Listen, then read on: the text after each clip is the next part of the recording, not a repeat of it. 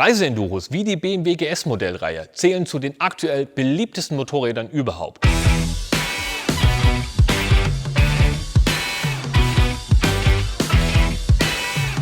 (2021) bringt Metzler den Supersportreifen M9R in Enduro-Größen und in der kommenden Folge des Metzler Table Talk wird uns Marketingleiter Frank Facher erklären, was den Reifen ausmacht.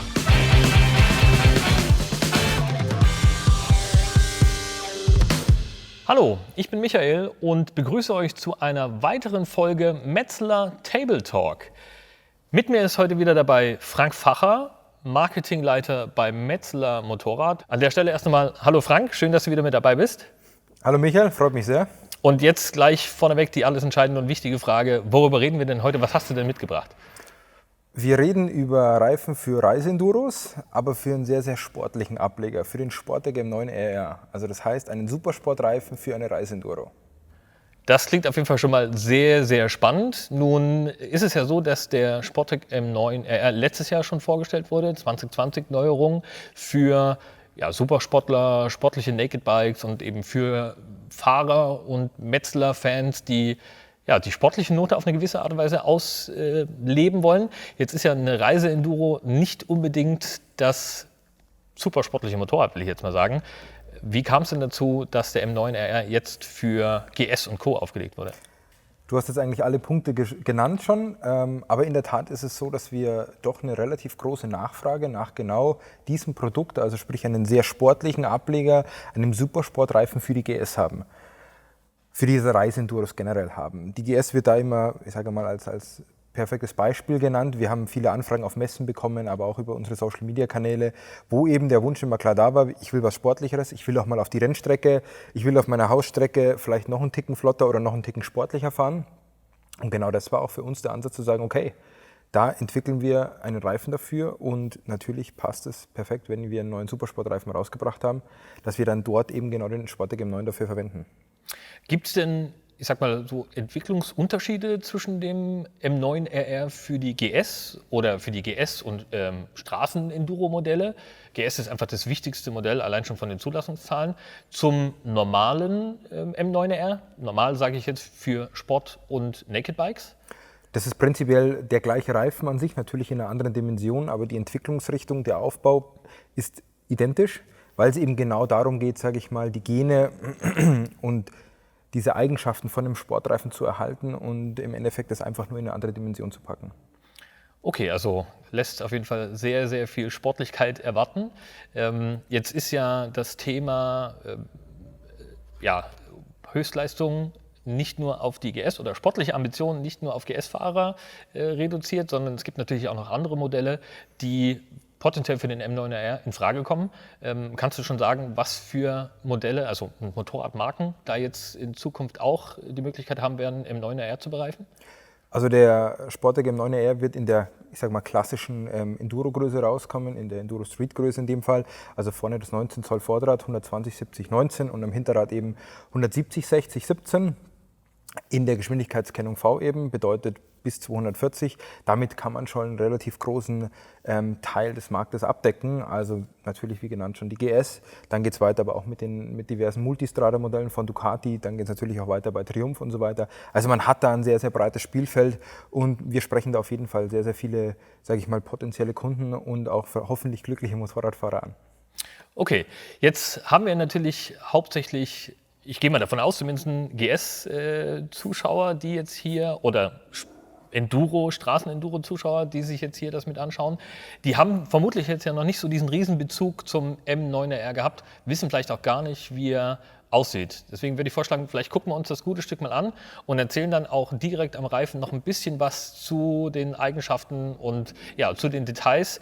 Denn, wie gesagt, letztes Jahr neu vorgestellt, immer noch ein neues Produkt im Hause Metzler, aber vielleicht der ein oder andere dabei, der tatsächlich noch gar nicht weiß, was den Reifen jetzt heute und für die GS und die Straßen-Enduro-Modelle ausmacht.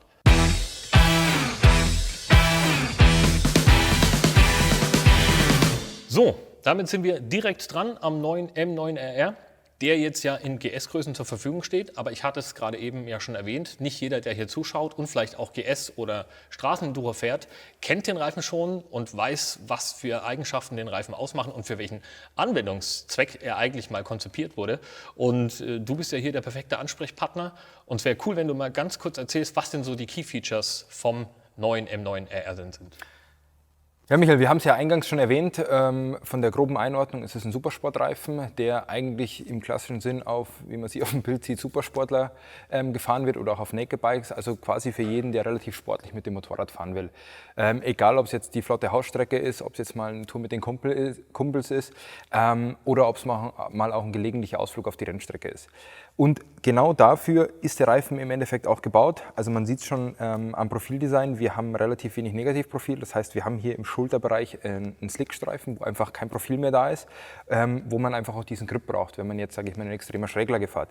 Wir haben in der Mitte schon auch einen Slickstreifen, bedeutet im Endeffekt auch hier für Hochgeschwindigkeitsstabilität. Aber natürlich ist es wichtig, dass sich so ein Reifen schnell aufwärmt und dass er eine gewisse Nasshaftung hat. Deswegen sieht man hier definitiv auch noch Profilrillen. Profil ist das eine, aber wir haben natürlich auch Innenleben, also Karkassaufbau und natürlich spielt auch beim M9R die Gummimischung eine ganz, ganz besondere Rolle. Da gibt es auch eine Innovation bei Metzler, die letztes Jahr im Rahmen des M9R vorgestellt wurde. Was hat es denn damit auf sich? Genau, das ist es. Das ist unser erster Reifen aus dem Hause Metzler, wo wir vorne und hinten eine B-Compound Full Silica Mischung haben. Sowas gab es bis jetzt noch gar nicht. Das heißt, wir haben also sowohl am Hinterrad als auch am Vorderrad in der Mitte eine härtere Gummimischung, wie an den Flanken und im Schulter- und im Halbschulterbereich. Genauso ist es auch am Vorderrad. Und die eigentliche Innovation dabei ist, dass wir überall an jeder Gummimischung, an jeder Laufflächengummimischung einen Full Silica Anteil haben. Alles klar. Dann Mischung das eine. Wir haben wieder Cap and Base, ne? Wir haben ja diese zwei verschiedenen Mischungen auf der Schulter und in der Laufflächenmitte. Was aber, soweit ich weiß, auch noch ein großer Punkt ist, eben die Stabilität, die der Reifen jetzt mitbringen soll. Wie wurde das denn geschafft? Stichwort Cap and Base ist hier auf jeden Fall ganz richtig. Cap and Base beschreibt im Endeffekt das Mischungslayout, das heißt, dass die harte Gummimischung in der Mitte bis in den Schulterbereich sich rauszieht und quasi im Schulterbereich und im Halbschulterbereich die weichere Gummimischung noch on top kommt. Damit ist es eben gewährleistet, dass man eine relativ stabile Karkasse und einen relativ stabilen Reifen konstruieren konnte. Und das ist speziell für einen Sportreifen extrem wichtig, damit man eben wirklich ein agiles, leichtfüßiges Handling hat, aber dass man eben auch in Schräglage diese Stabilität und dieses Vertrauen dann einfach hat, speziell am Vorderrad, dass du genau weißt, was passiert und immer dieses Gefühl hast, die Kontrolle zu haben. Und das wird in erster Linie, sage ich mal, durch natürlich eine sportliche, steife Karkasse erreicht, aber natürlich auch durch dieses Cap-and-Base-Mischungslayout. Jetzt hast du ja ganz, ganz viele Begriffe benutzt, die tatsächlich in diese sportliche Richtung gehen. Also wir haben Rennstrecke schon gehört, wir haben Schräglage gehört, wir haben Vertrauen, wir haben Stabilität. Also alles Punkte, die man ja eigentlich von einem sportlichen Reifen erwartet. Jetzt schließt sich wieder so ein bisschen der Kreis zur GS. Wir hatten es ja vorhin schon angedeutet, es ist, ich sag mal, das obere Ende der Reifennahrungskette bei Metzler. Für diejenigen, die es sehr, sehr sportlich wollen. Oberes Ende, habe ich schon gesagt. Wie ist der denn aber grundsätzlich gegenüber den anderen Modellen einzuordnen? Also wo liegen denn da die Abstufungen, wenn es um das Thema Fahren mit den Enduro-Straßenmodellen geht? Genau, also Sportec M9, sage ich mal, ist da dort ganz klar das Thema, wenn es um Supersportlichkeit geht, für eine GS, für eine Multistrada, für eine Reiseendurung an sich.